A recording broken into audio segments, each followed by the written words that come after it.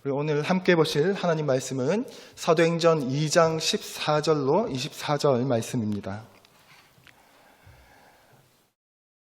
사도행전 2장 14절로 24절 말씀입니다. 함께 한 절씩 교독하도록 하겠습니다.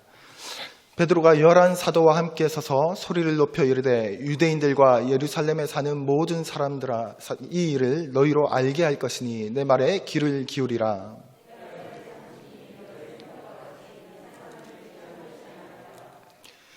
이는 곧 선지자 요엘을 통하여 말씀하신 것이니 일렀으되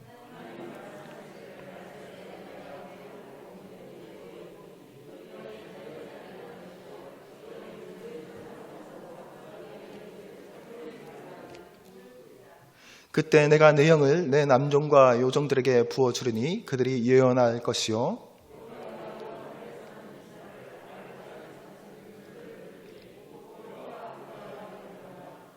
주의 크고 영화로운 날이 이르기 전에 해가 변하여 어두워지고 달이 변하여 피가 되리라.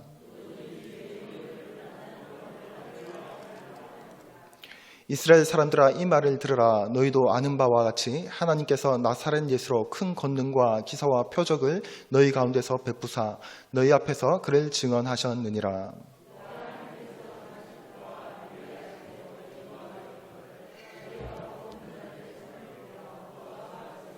함께 읽겠습니다. 하나님께서 그를 사망의 고통에서 풀어 살리셨으니 이는 그가 사망에 매여 있을 수 없음이라. 아멘. 할렐루야. 수요 예배 가운데 나온 성도님들을 환영합니다.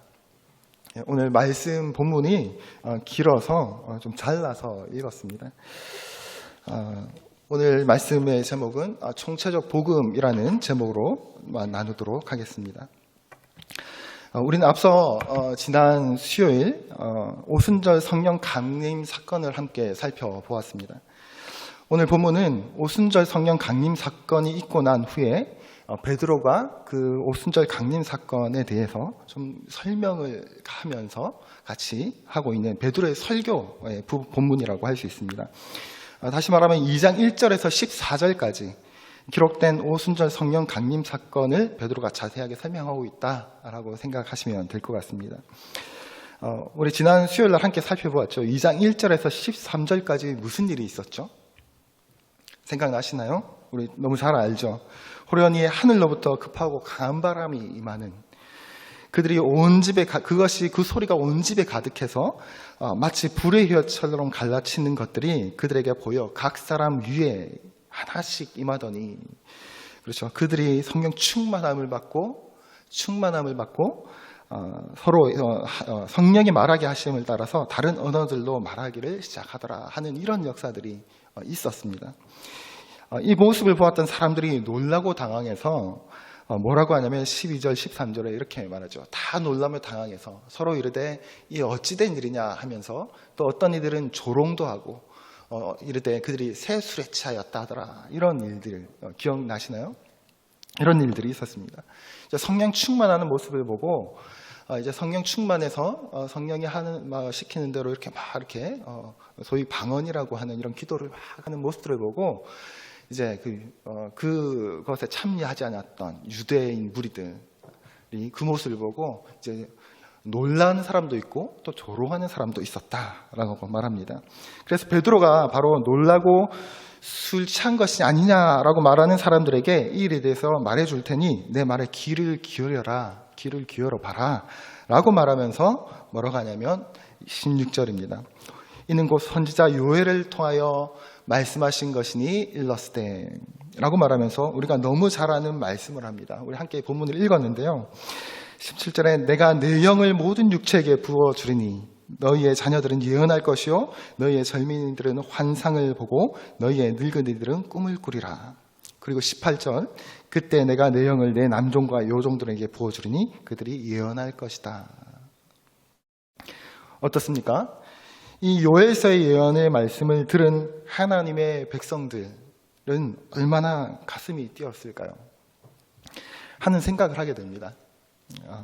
그리고 오늘날도 저도 그랬고 이 본문의 말씀을 들을 때 가슴이 뛰었던, 그리고 지금도 뛰는 그런 모습들을 볼 수 있습니다.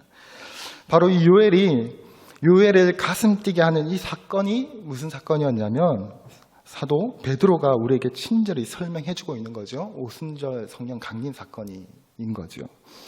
성령 충만한 신자들이 하나님의 큰 일을 다른 나라의 말로 선포하는 놀라고 이 신비한 현상, 신비하지 않나요?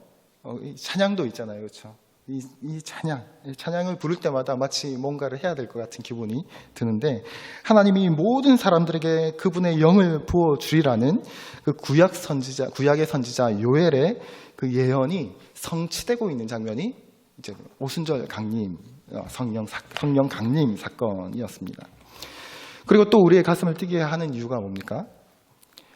이제 끝이 다가오고 있기 때문에 그렇습니다. 이 세상에서의 힘겨운 삶의 끝이 다가오고 있다는 것입니다. 하나님의 영을 언제 부어주신다라고 기록하고 있냐면요, 17절에 보면 말세라고 말과 기록하고 있습니다. 마지막 때를 강조한 말씀인 거죠. 구절인 거죠. 이제 부활하신 주님께서 승천하시고 재림하실 주님을 기다리면서 살아가는 모든 성도들의 시대, 다시 말하면 우리가 살아가고 있는 이 시대, 마지막 때를 말하고 있는 거죠. 말세, 우리가 살아가고 있는 이때. 그리고 또 하나는 구약의 요엘 선지자지요. 이스라엘 백성들을 구원하고 나중에 요엘서의 기록대로라면 그 후에라고 기록하고 있는데, 그 후에라는 그 말을 이제 베드로는 말세라고 이렇게 바꿔서 기록을 한 거죠. 그 후에 하나님의 영을 부어주실 것인데, 그것을 주시는 분이 요엘서에서는 하나님이셨다면, 오늘 베드로는 그 성령과 구원을 베푸시는 분을 예수 그리스도와 연결하고 적용하고 있다라는 겁니다. 그래서 21절에 이렇게 기록하는 거죠. 누구든지 주의 이름을 부르는 자는 구원을 받으리라 하였느니라. 이제 그 이스라엘의 민족과 구원해서 모든 육체, 모든 사람들의 누구든지 주님의 이름을 부른 자는 구원을 받을 것이다 라고 해서 이 성령 강림 사건과 구원의 주체가 예수 그리스도의 이심을 말하고 있는 것입니다. 내 영을 부어주는 이 마지막 때는 바로 오늘 살아가고 있는 우리에게 그 구원을 베푸시는 분이 바로 예수 그리스도시고, 이 시대를 바로 그 성령의 시대, 성령의 역사하는 시대라고 말해주고 있는 것입니다. 우리가 살아가고 있는 이 시대가 바로 성령의 역사하는 시대라는 거죠. 우리 다시 한번 17절을 한번 보면, 내가 내 영을 모든 육체에게 부어주리니 라고 기록합니다. 여기서 이제 부어주다라는 말은 그냥 내가 좀 주겠다라는 정도의 표현이 아니죠. 그냥 부어주겠다, 좀 주겠다, 너희 중에 좀 잘하면 내가 조금 은혜를 주겠다라는 정도의 표현을 하고 있는 것이 아니고, 이 말은 열대성 기후에 폭풍우가 쏟아붓는 그런 모습을 그렇게 쏟아부어 내어지는 것처럼 성령이 그렇게 쏟아부어 주겠다라는 표현을 하고 있는 겁니다. 우리 작년 여름에 혹시 기억하시나요? 비가 한 달 내도록 거의 왔었던 적이 있었습니다. 여름에 한 달 내도록 비가 계속 왔었죠. 코로나19로 이제 힘겨운 시기, 답답한 시기였는데, 수많은 이 천재지변이 수많은 고통을 농민들에게 또 우리들에게 안겨주었습니다. 1년 내내 수고했던 수확물들이 잃어버리는 일들이 속출했었죠. 그래서 내다 팔 게 없어서 그 조금 주었던 것을 이렇게 택배로, 인터넷으로만 조금 이렇게 팔고자 하는 것을 이렇게 서울시가 연계되어서 이렇게 도움을 주고자 이렇게 팔고 했던 일들이 기억이 납니다. 우리가 이제 보고 경험할 수 있는 어떤 폭우가 이제 그런 어떤 모습들인데, 그것만 해도 대단한 비였습니다. 대단한 폭풍이었죠. 그런데 이것과 비교할 수 없는 열대 지역에 우리가 사실 경험하지 못했던 그 열대, 우리나라와 극과 극으로 대비되는 그 기후를 가진 곳에서 쏟아 내려 부어지는, 완전히 하늘에서 구멍이 난 것 같이 비가 쏟아 부어지는 폭풍우와 같은 그런 성령의 은혜를 하나님께서 이 시대에 부어주신다라는 말씀을 하고 있는 거죠. 누구에게요? 모든 육체에게요. 모든 육체에게. 이 모든 육체라는 것은 우리의 표면적인 우리의 어떤 사회적 지위와 상관없이 모든 사람을 의미하고 있는 것입니다. 성령을 받기 위한 어떤 예수 그리스도를 주로 고백하는 이 영적인 자격만 갖추어진다면 어떤 성별이라든지 연령, 남녀노소, 사회적으로 뭐 공부를 많이 했다, 내가 돈을 좀 잘 번다, 이런 것으로 구분되어지지 않는다라는 것입니다. 사회적 계층과 관계없이 모든 육체에게 내가 내 영을 부어주겠다라고 말씀하고 있는 거죠. 이렇게 내가 내 영을 부어주겠다, 모든 육체에게 부어주리니, 그리고 뭐라고 하냐요? 18절 말씀에 그때 내가 내 영을 내 남종과 요종들에게 부어주리니 그들이 예언할 것이요 라고 말합니다. 이렇게 부어주는 모든 육체 구분 없이 우리가 모두 이 성령을 받아 누릴 텐데, 부어주고 난 이후에 무엇을 한다고요? 예언을 할 것이다 라고 말합니다. 여기서 예언이라는 것은요, 젊은이들이 보는 환상, 우리가 함께 읽었죠. 환상, 늙은이들이 꾸는 꿈들, 모든 것을 같은 것을 말하고 있습니다. 같은 것을 의미하는 거죠. 그러니까 예수 그리스도를 믿는 하나님의 백성이라면 예외 없이 남종이든 요종이든 사회적 계층과 상관없이 모든 사람에게 이 성령을 부어주실 것인데, 이 성령을 받은 사람은 예외 없이 예언을 하게 된다라는 말을 하고 있는 겁니다. 놀랍지 않으십니까?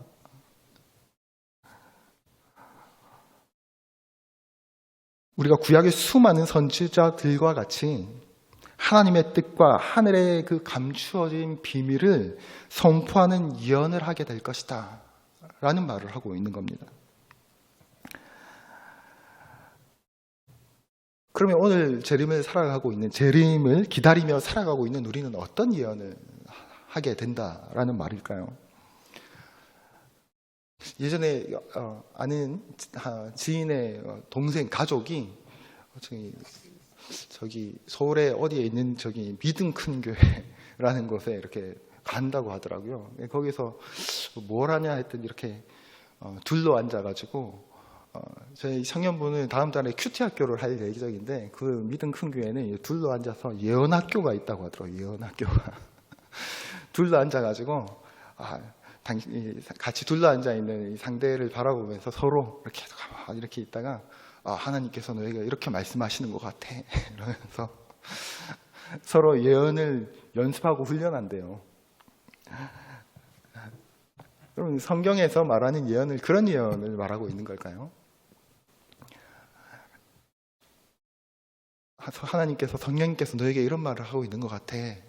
자기가 마음속에 하고 싶은 말 거기다 하나님 이름 붙이고 성령 이름 붙이고 하는 거죠. 멀쩡하게 생각하면서 평소에 느끼던 걸, 자기가 느끼던 걸 말하면서 하나님 예언이라는 이름을 갖다 붙이면 것은 굉장히 위험한 일인 것이죠. 그런 것을 말하고 있지 않습니다. 오늘 성경에는 그런 말을 하고 있지 않습니다. 그러면 오늘 재림을 기다리며 살아가는 우리는 어떤 예언을 하게 됩니까? 구약의 수많은 선지자들이 한 예언들이 무엇인가요?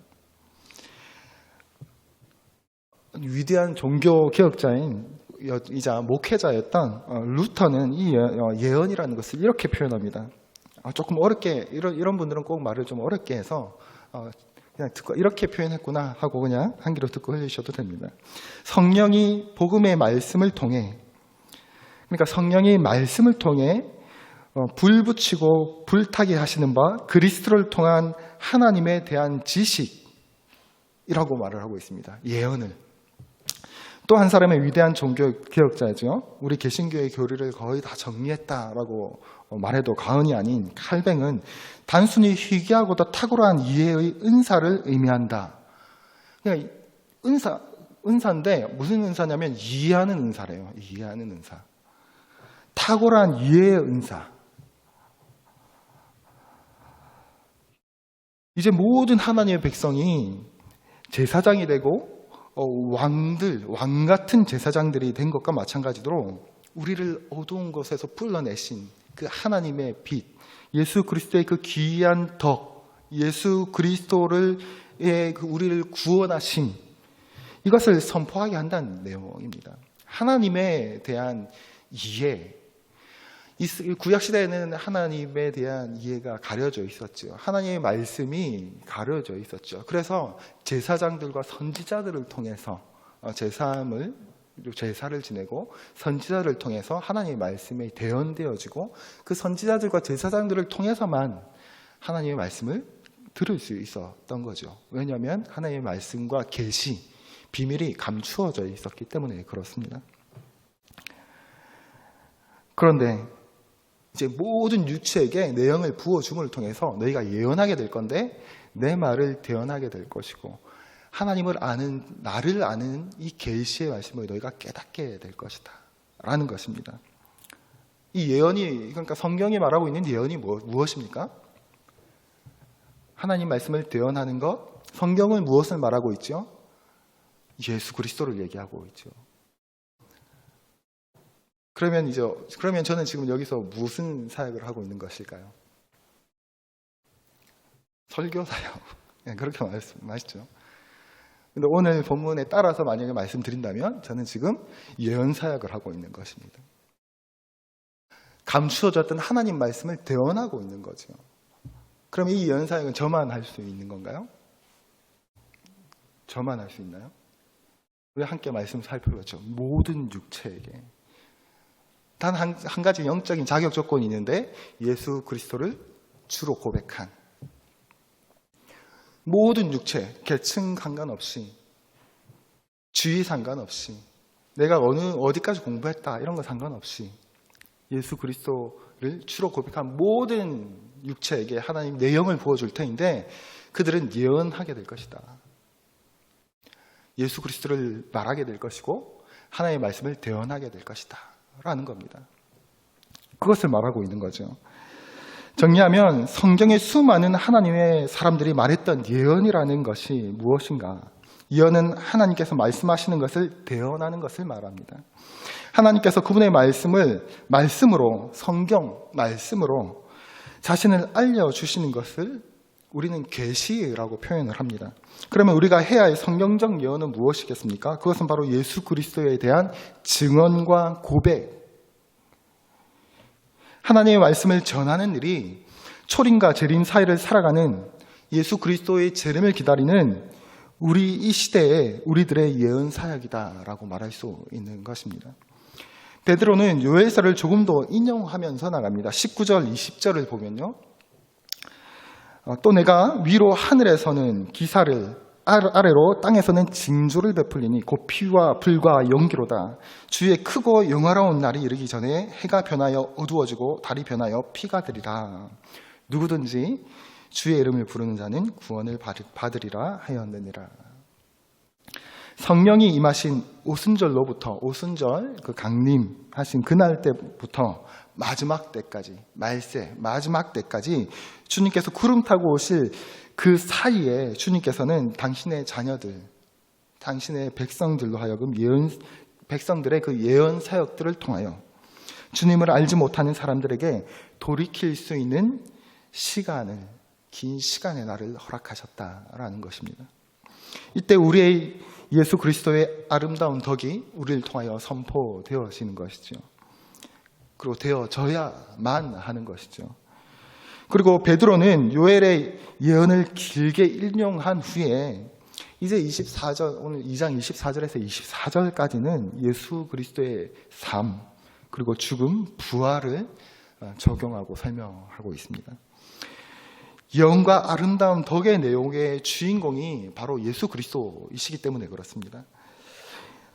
그렇습니다. 이제 남은 시간은 이 예언의 중심이 되는 예수 그리스도의 아름다운 덕, 복음에 대해서 잠깐 나누고자 합니다. 왜냐하면 이 성령의 이 예언의 사역의 중심이 이 예수 그리스도고 예수 그리스도의 하신 그 아름다운 덕이 바로 이 예언의 핵심이기 때문에 그렇습니다. 그리고 우리가 함께 해 나가야 할 예언 사역의 핵심이 예수 그리스도시기 때문에 그렇습니다. 22절입니다. 이스라엘 사람들아 이 말을 들으라. 너희도 아는 바와 같이 하나님께서 나사렛 예수로 큰 권능과 기사와 표적을 너희 가운데서 베푸사 너희 앞에서 그를 증언하셨느니라. 멸류관교회 성도 여러분, 우리는 교회를 다니고 신앙생활을 하면서 하나 잊지 말아야 할 것이 있습니다. 아니, 착각하면 안 될 것이 하나 있습니다. 그것은 우리의 신앙 고백의 핵심이라고 할 수 있는 이 예수 그리스도가 허구의 인물이 아니라는 것입니다. 마치 다른 어떤 종교를 믿으며 어떤 이렇게 나무에 물그릇 떠놓고 비나이다 하는 것처럼, 아니면 단군 신화를 바라보듯이 예수 그리스도를 바라보는 착각을 범하면 안 된다라는 겁니다. 예수 그리스도는 성경이 분명히 언급하고 있고 역사적 기록에도 남아있지만 예수 그리스도는 역사적으로 실존했던 예수 그리스도십니다. 역사 속에 실존했던 인물이라는 것이죠. 이 예수님께서 나사렛이라는 지역에서 나셨고 실제로 유대 민족들 가운데서 이적을 행하셨습니다. 여러분, 이적을 행하셨다라는 것은 어떤 성경에만 기록에 남아 있을 것 같으신가요? 아닙니다. 역사 기록에 찾아보면 예수 그리스도가 하나님의 아들이다라고 고백하지 않는 역사 속에서도 예수라는 그 인물이 그때 이스라엘 그 유대 나사렛을 중심으로 해서 그 땅 가운데서 이상한 기적들과 마술들을 일으켰다라는 기록들이 분명히 존재하죠. 무슨 말을 하는 겁니까? 그래서 예수님이 마술사였다라는 말을 하고 있는 것이 아니라 실제 했던 예수 그리스도시다라는 겁니다. 우리의 신앙은 어떤 이념 속에, 생각 속에 있는 어떤 존재를 믿는 것이 아니라는 것이죠. 우리가 믿는 예수 그리스도는 실존하셨고 실제로 행하셨고 실제로 죽으셨고 부활하셨다라는 것을 말씀드리고 있는 것입니다. 이 개념을 우리가 믿는 예수 그리스도를 분명히, 실제 하시는 예수 그리스도를 분명히 붙잡으셔야 한다라는 말씀이죠. 둘째로 23절입니다. 그가 하나님께서 정하신 뜻과 미리 아신 대로 내준 바 되었거늘 너희가 법 없는 자들의 손을 빌려 못 박아 죽였으나. 베드로는 예수 그리스도의 죽음을 이야기합니다. 여기서 베드로는 예수님이 하나님의 영원한 계획으로 말미암아 죽음을 당하셨다라고 말씀합니다. 여기서 법 없는 자들은 특별히 다른 어떤 못된 짓을 하는 사람들, 특별히 더 못된 짓을 하는 사람들, 이런 뜻이 아니라 빌라도와 로마 군인들 같은, 그렇죠? 빌라도와 로마 군인들 같은 유대인이 아닌 하나님을 모르는 사람들을 말하는 겁니다. 그래서 유대인들이 예수님을 모함하고 십자가에 못 박히도록 몰았지만 실제로 그 판결을 한 그 손을 빌린 것은 하나님을 알지 못하는 이방 사람들, 빌라도와 로마 군인들의 손을 빌렸다라는 뜻인 거죠.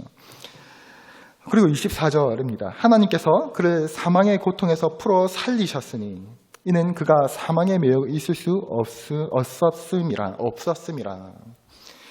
하나님께서 예수님을 다시 살리셨으며 그럼으로써 그분을 사망의 고통에서 풀어내셨다라는 말씀을 하고 있습니다. 마치 예수 그리스도의 죽음으로 혹시 여러분들은 죽음, 십자가까지만 나는 되었다라고 생각하는 혹시 분들이 있으십니까? 사람들이 혹시 있으십니까? 거기까지가 복음은 아니죠. 복음의 완성은 부활까지가 복음의 완성입니다. 우리가 이 땅 가운데 살아가면서 우리가 예수 그리스도 앞에 나와서 무릎을 꿇고 엎드릴 때마다 십자가만 떠올리면 안 됩니다. 우리는 삶 가운데서 부활하신, 복음을 완전히 이루신 예수 그리스도를 붙잡아야 하는 것이죠. 멸류관교회 성도님 여러분들은 부활을 믿으며 살아가고 있으십니까? 예수 그리스도께서는 부활하셨습니다. 이 메시지는 우리에게 필요 없는, 우리에게 이 메시지가 우리에게 마치 상관없는 것처럼, 필요 없는 것처럼 혹시 살아가고 있지는 않으십니까?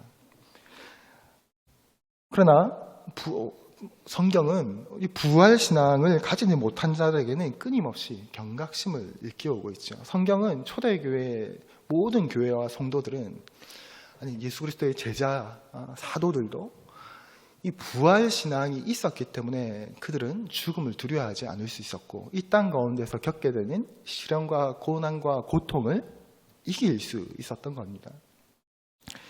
날마다 우는 것이 아니죠.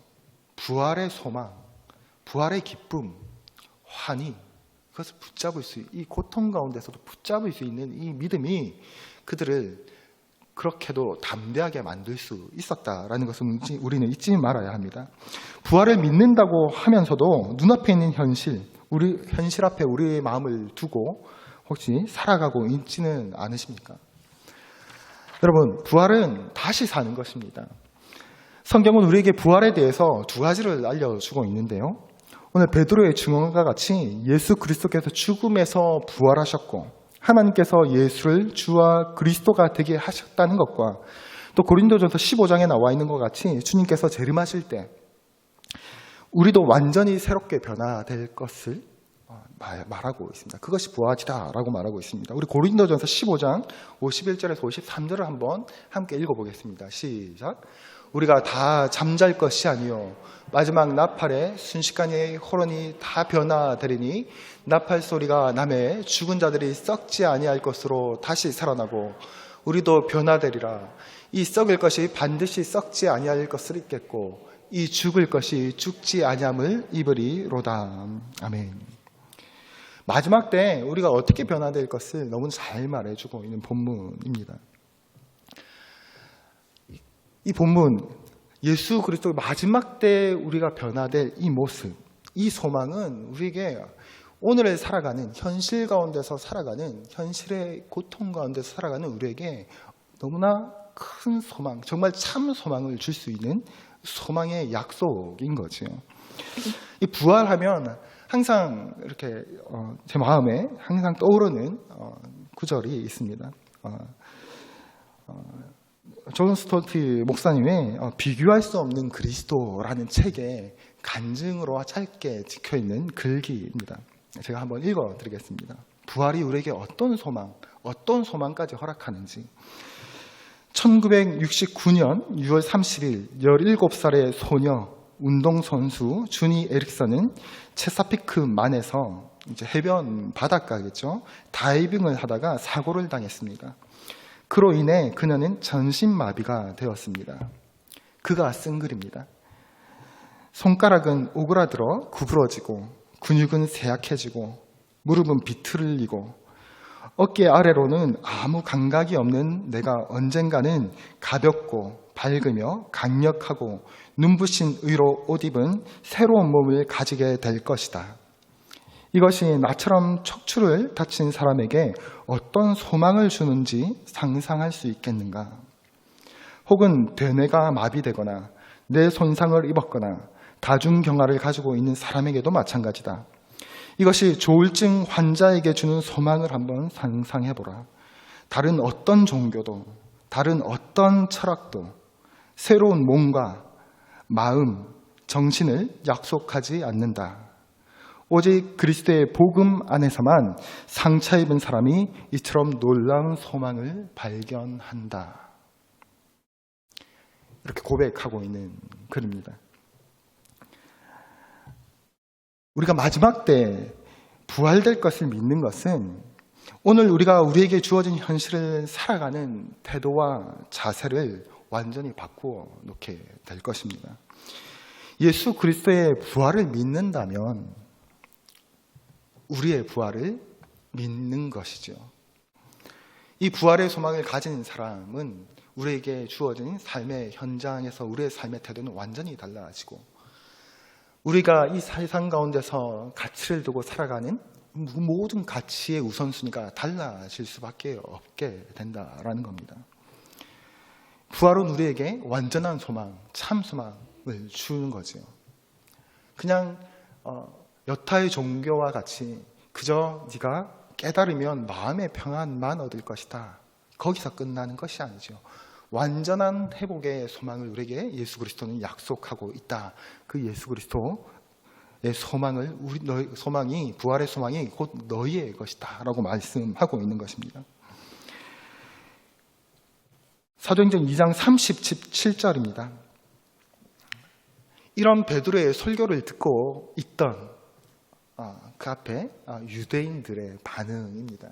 그들이 이 말을 듣고 마음에 찔려 베드로와 다른 사도들에게 물어 이르되 형제들아 우리가 어이할꼬 하거늘.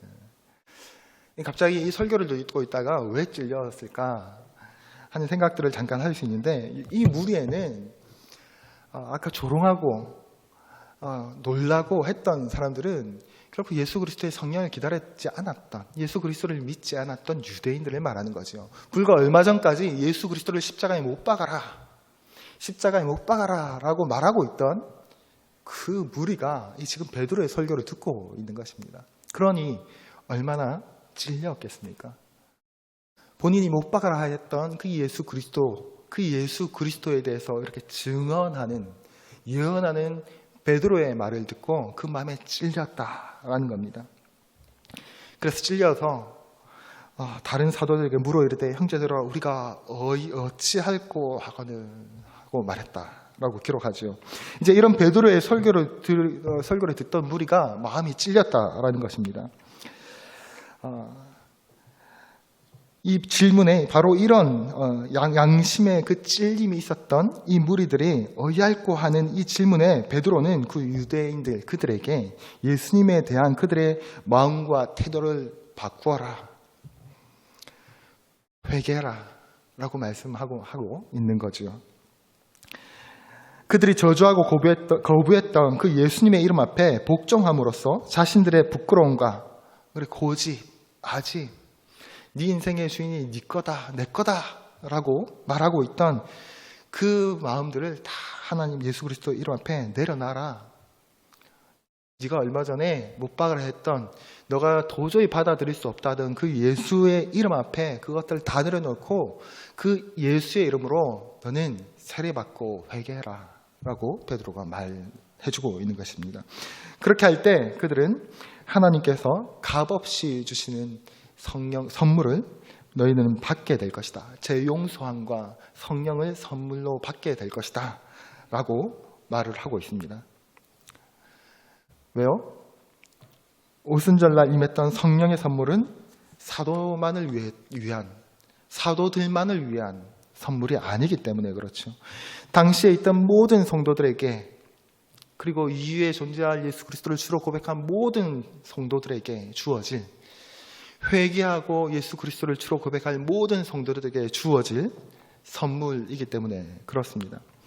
성령의 선물과 세례는 당시에 오순절에 경건한 사람들은 물론이고 그들의 자녀들, 그리고 이후의 모든 민족들을 위한 약속이다라고 말하고 있는 것입니다. 이 두 가지 선물은 하나님께서 예수 그리스도를 통해서 부르신 모든 사람들 누구나 받을 수 있는 것이고, 예수 그리스도를 주로 고백하는 모든 사람들이 예수 그리스도를 나의 삶의 주인이십니다라고 고백하는 순간 동시에 선물로 받게 된다라고 말하고 있는 것입니다. 어떻습니까, 여러분? 여러분들은 예언자로서, 성령을 받은 자로서 여러분들은 합당한 삶을 살아가고 있으십니까? 오늘 베드로는 설교를 여기까지만 마무리하고 있지 않습니다. 40절, 41절입니다. 또 여러 말로 확증하여 권하여 이르되 너희가 이 패역한 세대에서 구원을 받으라 하니 그 말을 받은 사람들은 침례를 받음에 이날에 신도의 수가 3,000이나 더하더라. 베드로는 이 성령을 받는 것, 하나님의 영을 받는 것이 결국 개인적인 은혜와 개인적인 어떤 감사함으로 끝나는 것이다 라고 말하고 있지 않습니다. 이 예언을 하게 되는 이 능력들은 결국에는 개인을 넘어서서 증인으로서의 삶을 물론이고 예수 그리스도를 향한 사랑의 그 사랑과 감사의 표현이 결국은 공동체를 향해서 그리고 이웃을 향해서 세상을 향해서 퍼져나가게 될 것이다 라고 말을 하고 있는 거죠. 이 예언 사역들은 결국은 다른 사람들을 살리게 될 것이다 라고 말하고 있는 것입니다. 우리가 계속 기억해야 될 것은 이 예언은 예수 그리스도이시다라는 것입니다. 어떻습니까, 여러분? 가슴이 뛰십니까? 말세 모든 육체에게 내 영을 폭풍우같이 부어줄 것이다. 그러면 너희는 예언하게 될 것이다.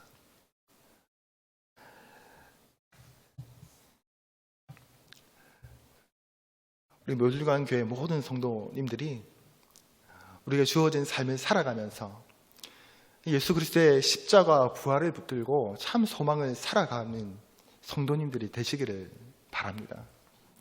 뿐만 아니라 넘어서서 이 성령을 받은 사람들답게 세상을 향하여, 이웃을 향하여, 가족들을 향하여, 공동체를 향하여 예수 그리스도와 말씀을 함께 대언하는 사역에 동참하는 모든 성도님들 되시기를 주님의 이름으로 축복합니다.